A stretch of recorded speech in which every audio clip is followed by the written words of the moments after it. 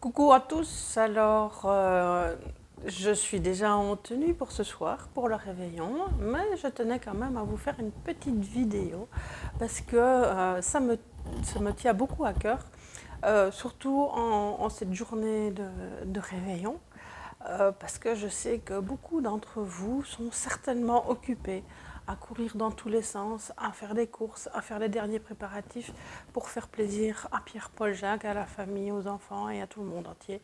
Et donc, c'est vraiment aujourd'hui que je tenais à vous faire cette vidéo. De quoi s'agit-il? Alors, beaucoup de ceux et celles qui m'écoutent sont dans une situation d'épuisement mental, émotionnel, un épuisement physique, des burn-out. Pas mal de mes étudiantes en shiatsu et de mes clientes sont en burn-out ou en sortent et cherchent à tout prix de ne plus y retourner. Et ici, je vais vous révéler une chose qui, pour moi, à mes yeux, et ce n'est que ma vérité, est l'une des choses les plus importantes qui vous met dans cet état d'épuisement qui vous empêche de vivre, qui vous empêche de vous réaliser, etc. etc. Alors, c'est quoi? Vous allez me poser la question. Donc, moi, c'est Sylvia Collins déjà. Je suis coach de vie et enseignante shiatsu. Et j'accompagne énormément de femmes qui sont en épuisement mental, émotionnel ou burn-out et qui cherchent à créer une vie qui leur convient mieux. D'ailleurs, mon programme d'accompagnement, c'est Vita Vie tout simplement. Et donc, ce sujet hyper important à mes yeux, c'est l'amour de soi. Pourquoi est-ce que l'amour de soi est si important dans ce processus qui vous a amené vers cet épuisement? C'est parce que tout simplement, le manque d'amour de soi, déjà, va provoquer le fait qu'on va toujours essayer de faire plaisir à tout le monde. On va essayer de garder son boulot en faisant des heures sup, en acceptant un travail qui ne nous convient pas ou un travail qui ne fait pas partie de nos tâches. Moi, je me souviens, j'ai fait ça pendant des années, j'en prenais toujours plus ou en tout cas, je n'arrivais pas à dire non et je faisais des choses qui n'étaient pas de mon ressort, mais je le faisais quand même. Et donc, ça mène forcément à l'épuisement. On fait de même pour sa relation, on dit oui à tout, on n'arrive pas à dire non, on fait des choses qu'on n'a pas envie de faire parce que tout simplement on a peur de perdre cette relation, que ce soit au début de relation amoureuse ou même pendant beaucoup plus tard, après 10, 15, 20 années de mariage, on continue à fonctionner de manière à faire plaisir à son partenaire, quitte à s'oublier, quitte à s'épuiser. Et à faire des choses qui ne nous conviennent pas, tout simplement parce qu'on a peur de se retrouver seul, peur d'être rejeté. Pareil avec le cercle amical.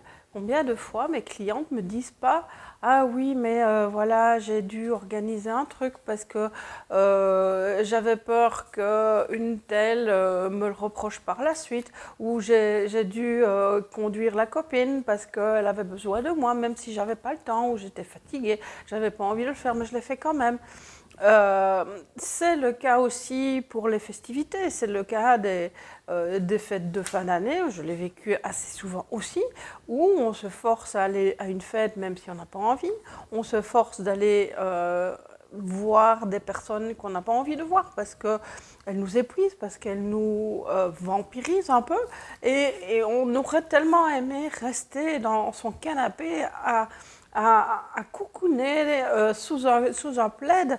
Et non, non, il va falloir qu'on sorte de la maison pour aller faire la fête avec des gens qu'on n'aime peut-être pas, etc. Évidemment, tout ça est enveloppé par une incapacité à dire non, une incapacité à prendre soin de soi, une incapacité à se respecter.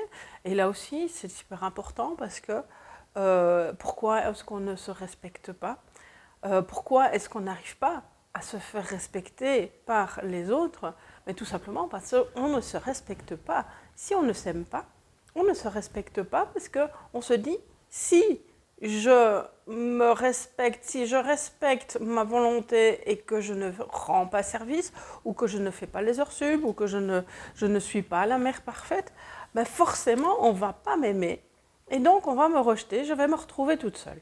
Et donc, ben, la seule chose que j'ai à faire, c'est d'accepter et de faire ce qu'on me demande, parce que comme ça, au moins, je ne perds pas les gens, je ne perds pas le travail, je ne perds pas ma relation, je ne perds pas les amis, etc. Et du coup, je ne me respecte pas. La première chose à faire pour pouvoir soi-même être respecté, parce que moi-même, je le sais très bien, je l'ai vécu, quand à un moment donné, quand ça devient de trop, on se dit, mais il ne me respecte pas, je ne suis pas respectée. Mais non, mais comment est-ce qu'on demande, comment est-ce qu'on peut demander aux autres de nous respecter si soi-même on ne se respecte pas?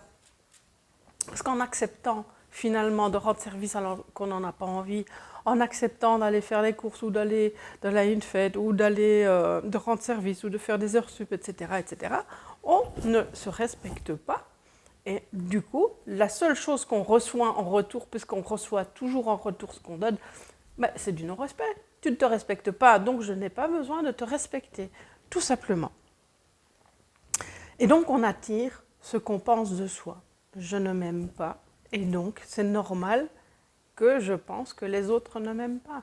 Je ne me respecte pas, et donc c'est normal que les autres ne me respectent pas. Je leur donne le droit de ne pas me respecter, puisque je ne le fais déjà pas moi-même. Mais alors, qu'est-ce qu'on peut faire? Alors, il y a un mécanisme aussi où on cherche à être valorisé, on cherche à donner une bonne image de soi via les réseaux sociaux, via notre comportement. On a envie, évidemment, d'être vu comme une bonne mère, comme une bonne épouse, comme une bonne copine, comme une personne joviale, sympathique, chaleureuse, qui rend service, etc., etc. Tout ça pour ne pas perdre ses relations, pour ne pas perdre le boulot, etc. Mais ça ne donnera toujours pas la solution. Et la solution, la seule et unique solution, c'est apprendre à s'aimer soi-même. Et c'est quoi s'aimer soi-même? Nous sommes toutes et tous dotés, enfin capables des pires avis vis-à-vis de nous-mêmes. Et un jour, on m'a dit, tiens, l'avis que tu as sur toi, est-ce que tu te permettrais de critiquer tes amis, ta relation ou ton patron de la manière dont tu te critiques toi-même? Et quand on se pose cette question, on se dit, ouais, je suis quand même dur avec moi-même. Et souvent, on est très très dur avec soi-même. On est très peu indulgent avec nos défauts, avec nos problèmes, avec ce qu'on montre vers l'extérieur, et on a très facile à se critiquer. Donc pour moi, la première chose à faire, c'est d'apprendre qui je suis, quelles sont mes valeurs, quels sont mes points positifs, mais aussi quels sont mes problèmes, quels sont mes défauts, quels sont ces points que je juge tellement forts et que je voudrais qu'ils disparaissent. Et une fois que je connais ça, une fois que je connais ces points qui sont tellement mauvais chez moi, hein, je vais apprendre à les accepter parce que je suis telle que je suis. Il y a différentes méthodes pour ça, pour pouvoir apprendre qui je suis et pour pouvoir apprendre aussi à les accepter. Et ça fait partie de mon programme d'accompagnement Vie ta vie. Si tu as envie d'en savoir plus, n'hésite pas à me contacter. Il y a le lien pour un entretien Zoom gratuit d'une demi-heure en bas, en dessous de cette vidéo.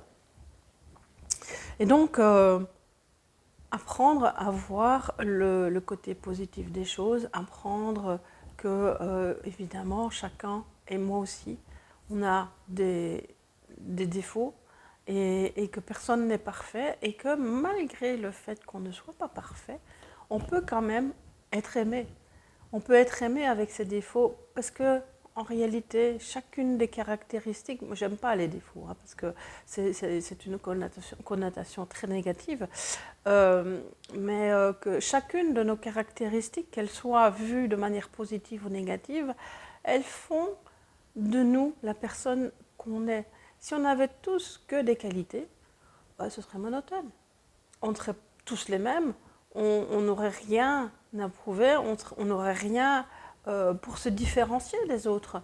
Et moi, je suis finalement fière de autant de mes qualités que de mes points faibles. Et chacun de mes points faibles me donne l'occasion aussi d'avancer dans la vie et d'apprendre des choses. Et donc, moi, j'aime bien. Moi, j'ai appris à, à aimer cette Sylvia que je suis aujourd'hui, alors qu'il y a 10 ans, il y a 15 ans, j'étais un peu comme vous. Et je me laissais maltraiter, je me laissais humilier, je me laissais manquer de respect, je me laissais me désaimer.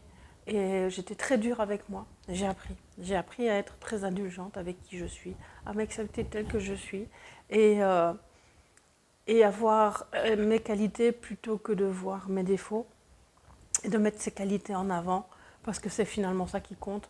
Et personne sur Terre ne peut prétendre n'avoir que des qualités et ne pas avoir des défauts. Et ceux qui le font, ben, ils ont un travail à faire sur eux aussi parce qu'ils ne s'en rendent même pas compte.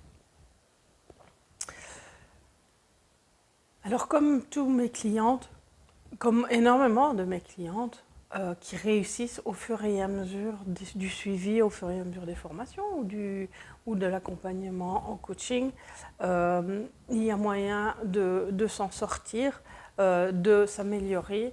Et voilà, et je voulais juste encore vous dire que peut-être l'année 2025 est peut-être l'occasion rêvée pour pouvoir se faire un cadeau, pour pouvoir se faire le plus beau cadeau qu'on puisse se faire, c'est d'apprendre à s'aimer, apprendre à se respecter et de fil en aiguille, se faire respecter par les autres aussi et apprendre à vivre la vie qu'on a envie de vivre parce qu'on le mérite. On mérite toutes d'être heureuses, on mérite toutes d'être aimées à sa juste valeur, telle qu'on est et pas pour autre chose. Voilà. Donc là-dessus, je vous souhaite une merveilleuse année 2025. Non seulement de la beauté, de l'amour et de l'argent, comme le souhaiterait tout le monde, mais aussi des chocolats, des bons plats, des moments de câlin, de l'amour, des coquineries, de tout ce que vous avez envie de vivre, parce que la vie, c'est le plus important qu'on ait sur cette terre. Le fait de vivre, de pouvoir en profiter. Et donc, je vous souhaite plein de bonnes choses et de réaliser tous les rêves que vous voulez. À l'année prochaine.